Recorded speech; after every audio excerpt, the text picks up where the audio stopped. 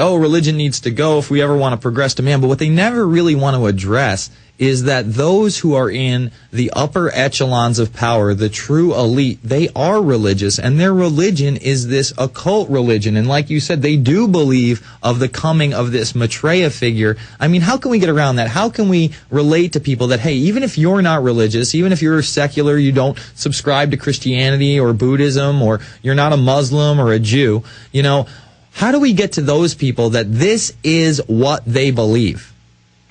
Yeah, that's a tough one. One of the arguments that I make is I try to explain to people that the whole doctrine, the idea of a separation of church and state, people hear that and they think it means removing religion from government. And that's not what it means. What it means, if you study these societies, it means removing the church, i.e. Christianity, getting Christianity out of American government. But they want, like when you go into Washington, D.C., and you're seeing all of these god and goddess images and so on. I mean, these are all religious symbols.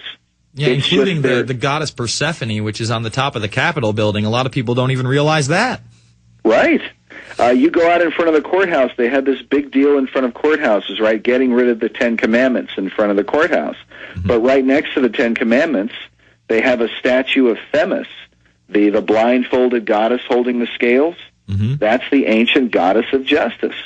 But nobody ever says anything about getting rid of her. The ACLU is not leading a crusade to get rid of all the religious iconography. They're just trying to get rid of Christianity or Judeo-Christianity, biblical values and teachings and so on.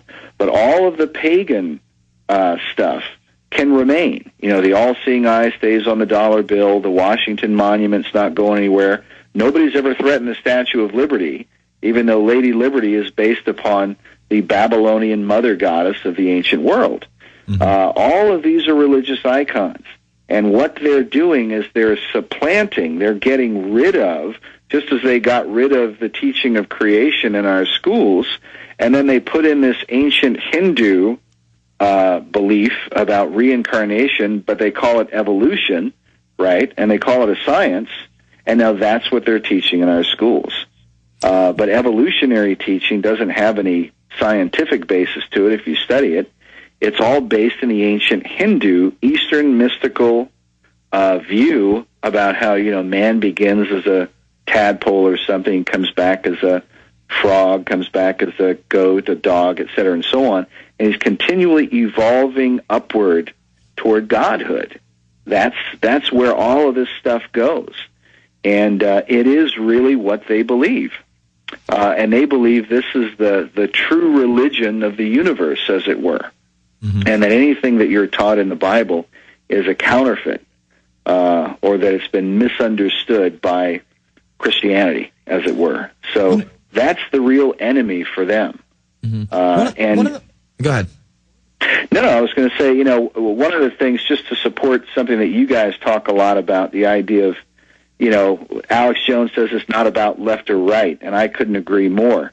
One of the things that I often tell people, say about George Bush, who presents himself as a Christian, and then he goes off and he's bowing down to this owl god out there in the Bohemian Grove. If the left-wing media really hated Bush, if they hated Bush and they wanted to stop him from becoming president, all they would have had to do is just run a week-long story on the Bohemian Grove that the Bush family's a part of it. They're bowing down to Buddhas and this 40-foot owl god of Molech, and there's no way evangelical Christians would have ever voted for George Bush.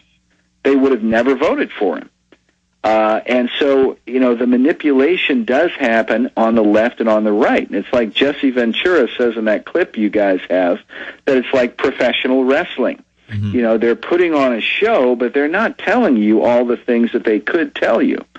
So it's, I feel bad for my fellow Christians in America, because I feel like they're often the ones who are being lied to and manipulated, because Christianity is, you know, 80% of the people in our country profess some form of Christianity. And so they often use Christianity in churches and so on to manipulate this agenda. And a lot of what we're trying to do through the Secret Mysteries series which is why we talk about how, yes, Christians did come here in the beginning, with the Puritan Pilgrim movement, but there were with them these secret groups.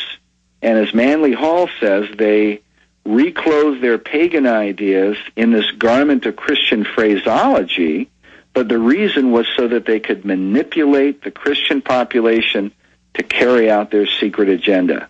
That's what they've been doing for 200 years now. What's next for you? Are you going to do a part 4? Are you going to do another film project? I mean, I love these movies, and I give them out to my friends and families, especially, on my mother's side. They're very Christian, they're very religious, but at the same time, a lot of them are Bush Christians. They don't understand that there is no difference between the left and right. They don't understand that their leaders are really into the occult. They don't have this broad overview of what you present. So I think it's a great eye-opener if I can actually get them to throw it into the DVD player. What's next for Chris Pinto and David Bay? Well, for myself and David, we're doing our pre-production stuff for Secret Mysteries Part 4, which is, the working title is War of the World, and it takes this whole America series and how America is really being used by these secret groups to carry out the New World Order.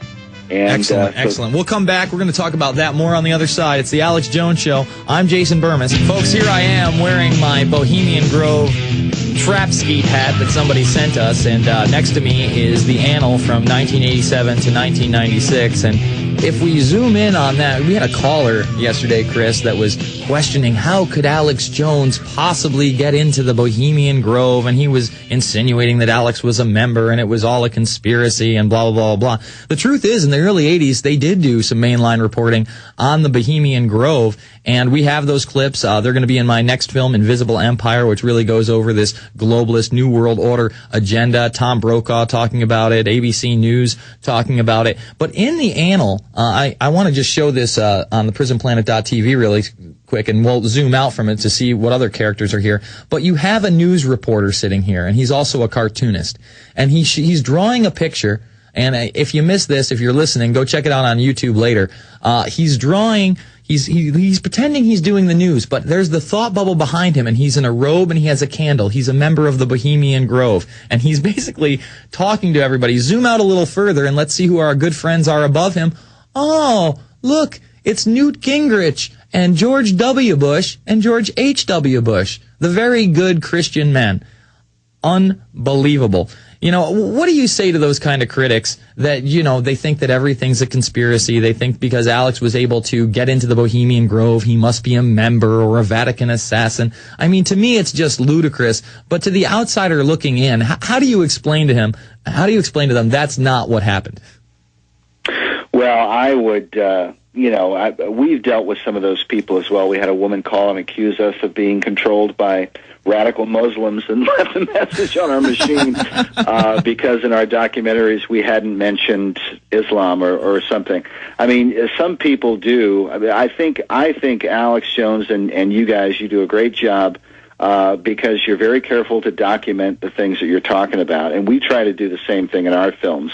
And what ends up happening is you put aside a lot of your conspiracy theories. If you have a conspiracy theory about something and you go and investigate it, sometimes you're wrong.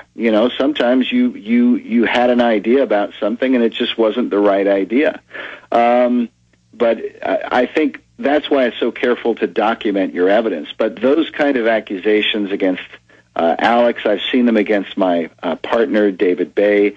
He's been openly accused of being a member of the Illuminati because we mentioned Sir Francis Bacon, and there was this whole conspiracy theory that went on about that.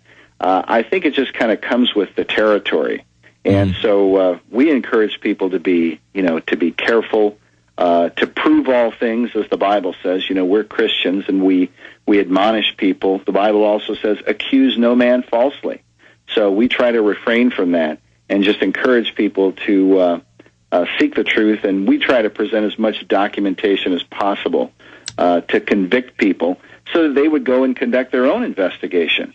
Exactly. The proof is in the pudding, and we put this stuff out there. We source it, and we hope that people check out our source material. That's what this is about. When you talk about the pentagram in Riddles in Stone that's inlaid in the DC architecture, of course, with the open segment. You explain this is a Faustian process and out of one of his plays, correct?